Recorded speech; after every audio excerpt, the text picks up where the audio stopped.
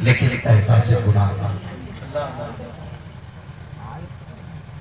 ہم خطائیں تو کرتے ہیں لیکن خطاؤں کا احساس نہیں. ہم اتنے جگی ہو گئے کہ ایک ہی گناہ کو بار بار کرتے ہیں لیکن کبھی پلٹنے کا خیال نہیں آتا. آج آنکھیں ڈھونڈتی ہیں ایسی شخصیت کو جو نگاہ ڈال کے دل صاف کرتے. میں علامہ خادم صاحب دعائیں کرتا ہوں جلسہ کرانے والے کے لیے. سبحان اللہ. اس لیے نہیں کہ مجھے بلایا، میں رہوں نہ رہوں لیکن یہ جلسے قیامت تک ہوتے رہے.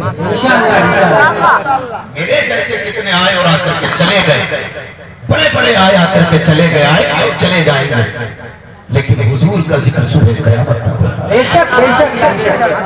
یہ کسی کی موت سے رک نہیں سکتا، یہ کسی کے جانے پہ ختم نہیں ہونا ہے، یہ کسی کے مٹ جانے سے نہیں مٹنا. کیوں؟ اس لیے کہ رب کا وعدہ ہے جب تک خدا کی خدائی کا اعلان ہوتا رہے گا تب تک مصطفیٰ کی مصطفائی کا اعلان ہوتا ہے. کیا کہنے ہیں، کیا کہنے ہیں. لیکن آج برا نہ مانیے، ہماری قوم جو بے روزگار لوگ ہیں نا، انہیں تنقید کے سوا کچھ نہیں آتا. بے روزگار تھلوے نکمے جنہیں کوئی کام نہیں ہے وہ ایک دوسرے پہ تنقید کرنے پہ لگے. کیا ضرورت پڑی ہے بھائی؟ جو جس طرح دین کا کام کرنا ہے اسے کرنے دیا. مصنف مبلغ کو بخشنے تیار نہیں، مبلغ مدرس کو بخشنے تیار نہیں. یہ کنڈیشن ہے ہماری. حد تو تب ہو جاتی ہے جب لوگ کہتے ہیں صاحب جلسوں کا کیا نتیجہ ہے. ایک بات کہوں، برا نہ مانا، اصلاح عمل بڑا ضروری ہے. آپ کے علاقے میں بھی مدرسہ ہوگا؟ جی ہیں مدرسے آپ کے علاقے میں؟ جی جی جی جی جی جی ہیں مدرسے؟ جی جی. میں سمجھتا ہوں پورے ضلع لکھیم پور کے اندر بہت زیادہ بچے اگر مدرسوں میں ہوں گے تو 5,000. سارے مدرسوں کی بات کریں 5,000 تک طلبہ مدرسے میں ہوں گے. وہ بھی کس ایج کے؟ 8 سال سے لے کر کے 22 سال تک. بس اس سے زیادہ ماشاءاللہ کوئی مرکہ ہوگا. اور اتنے بھی کتنے بچے؟ 5,000. کیا ہماری قوم کے پاس پورے ضلع کے اندر صرف 5,000 بچے؟ نہیں، بچے 50,000 ہوں گے. لیکن مدرسوں کو جتنوں نے تھاما وہ 5,000. باقی بچتے ہیں تقریباً 90% بچے. وہ کدھر جائے؟ تو ایسے 90% لوگ جو مدرسے نہیں جا پاتے، یا تو وہ اس وجہ سے نہیں گئے کہ ان کو حالات نے ان کا ساتھ نہیں دیا، یا اس لیے مدرسے نہیں گئے کہ انہیں شوق نہیں. دو ہی بات. جب خیال آیا تو عمر گزر چکی تھی، پھر کدھر جانا تھا؟ پھر ہم نے اپنے اسلاف کو پڑھا. جب دل سیاہ ہو جاتے تھے لوگ مرشد کی چوکھٹ پہ جایا کرتے تھے. جب بندہ گناہ زیادہ کر لیتا تھا تو پھر کسی ایسے شخص کی تلاش میں نکلتا تھا جو دلوں کا زنگ دور کرے. تو پھر خانقاہیں تلاش کی جاتی تھی. کوئی اجمیر شریف جا کر کے ولی بنتا تھا، کوئی خواجہ قطب الدین بختیار کاکی کی چوکھٹ پہ جا کے گناہ ہوتا تھا، کوئی نظام الدین اولیاء کی بارگاہ میں جاتا تھا، کوئی بابا فرید کے قدموں کو پکڑتا تھا. لیکن آج رویہ یہ ہے، یہ قوم گناہوں میں ڈوبی تو ہوئی ہے، اس کا بھی جی چاہتا ہے شاید کوئی مل جائے کہ جو ہمارے گناہوں کو صاف کرے. کوئی تو ایسا مسیحا ہو جو دلوں کے زنگ کو دور کرے. یہ قوم پہنچی گرتے پڑتے خانقاہوں میں، لیکن اللہ ماشاءاللہ جب خانقاہوں کو چھوڑ کر دعوے کے ساتھ کہتا ہوں کہیں کسی کے دل کا علاج نہیں ہو رہا ہے، جا کر کے دیکھو ایک ہی بازار لگا ہے، یا تو تعویذ بانٹے جا رہے ہیں یا ڈوریاں بیچی جا رہی ہیں. اور یار کوئی تو ایسا ہونا چاہیے تھا جو درد دل کو سمجھنے والا ہوتا، جو حال دل کو سمجھتا. اور تمہیں خدا کا واسطہ خانقاہیں اگر خدا نے دی ہے تو یہاں بیٹھ کر تجارت نہ کرو، مصطفیٰ کی امت کے ساتھ محبت کا سودا کرو. جو کالے دل لے کے آئے ان کے دلوں کو نور مصطفیٰ سے منور کر کے دے۔ نعرے تکبیر، نعرے رسالت، مشرق اعلیٰ حضرت، فیضان اعلیٰ حضرت، کیا کہنے بابا زندہ باد زندہ باد۔ ڈھونڈ رہا ہے ایسے لوگوں کو جو ہمارے گناہوں کی سواری کا سبب بنے۔ ہاں اور یاد رکھیے یہ آپ نے بار بار سنا ہوگا، اللہ والے ہیں جو اللہ سے ملا دیتے ہیں، اللہ والے ہیں جو اللہ سے ملا دیتے ہیں۔ بے شک بے شک۔ آج بھی کافی ڈھونڈ رہی ہے، آج پریشانی ہے۔ او بھائی میں تو آپ سے کہوں گا، میں ہر شخص کو ایسے قبلے کی تلاش ہے جو ہاتھ پکڑ کے حضور کی چوکھٹ تک لے کے جائے۔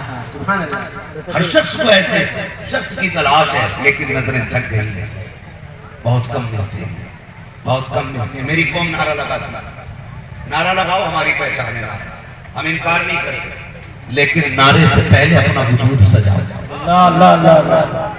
وجود سجاؤ اپنا۔ کسی نے امام غزالی رحمۃ اللہ تعالیٰ علیہ سے کہا تھا، حضور دعائیں کیسے قبول ہوتی ہیں؟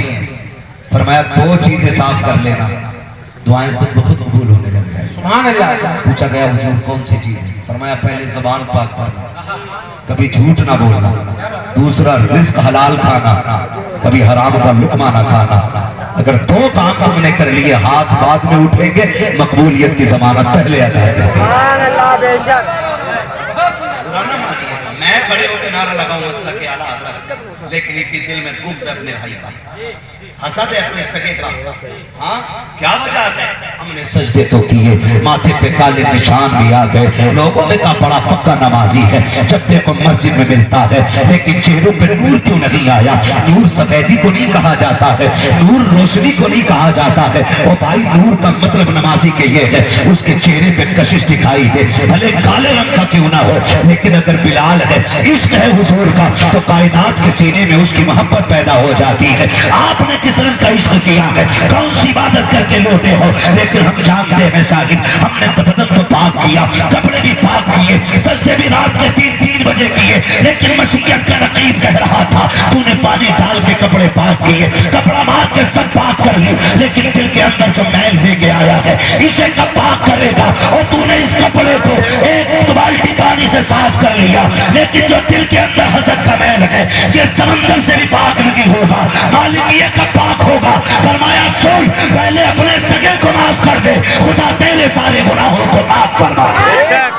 نعرے تکبیر، نعرے رسالت، مشرق اعلیٰ حضرت، خلیفہ ویسے بیان، وحدت اسلامی کانفرنس۔ واہ واہ واہ، بہت بڑا سبحان اللہ۔ میرے شہر سرکار رئیس الاختیہ فرمایا کرتے، ایک دن میں نے خود کہا دیکھو ان کی بارگاہ میں جایا کرو، کبھی پوچھا کرو، بزرگوں کے 2 جملوں میں پوری زندگی ہوتی ہے، 2 جملوں۔ بات چل رہی تھی، حضرت فرما رہے تھے، مجھ سے کہنے لگے مفتی صاحب کبھی کبھی بیٹھنے کا وقت ملتا ہے یا جانا ہوتا ہم نصیحت حاصل کرتے ہیں، کہتے ہیں حضور نصیحت فرمائیں۔ فرمانے لگے بندہ گناہگار اگر ہونا تو بچنے کے راستے ہوتے ہیں، لیکن بندہ اگر گستاخ ہو جائے تو پھر بچنے کے راستے نہیں آتے۔ ارے کیا کہنے، کیا کہنے؟ 2 باتوں میں بات کرتا ہوں، کہنے لگے کبھی گستاخ نہ ہونا، گناہگار کے نکلنے کے راستے ہیں، گستاخ کے نکلنے کے راستے نہیں ہوتے۔ پھر فرمانے لگے مولانا کوشش کرنا کبھی کسی کی بد دعا نہ لگے۔ کون کہتا ہے کہنے مولانا کوشش کرنا کسی کی بد دعا نہ ہو جائے تمہارے لیے۔ میں نے کہا حضور بد دعا بتائیں نا، دعا اور بد دعا کیا ہے؟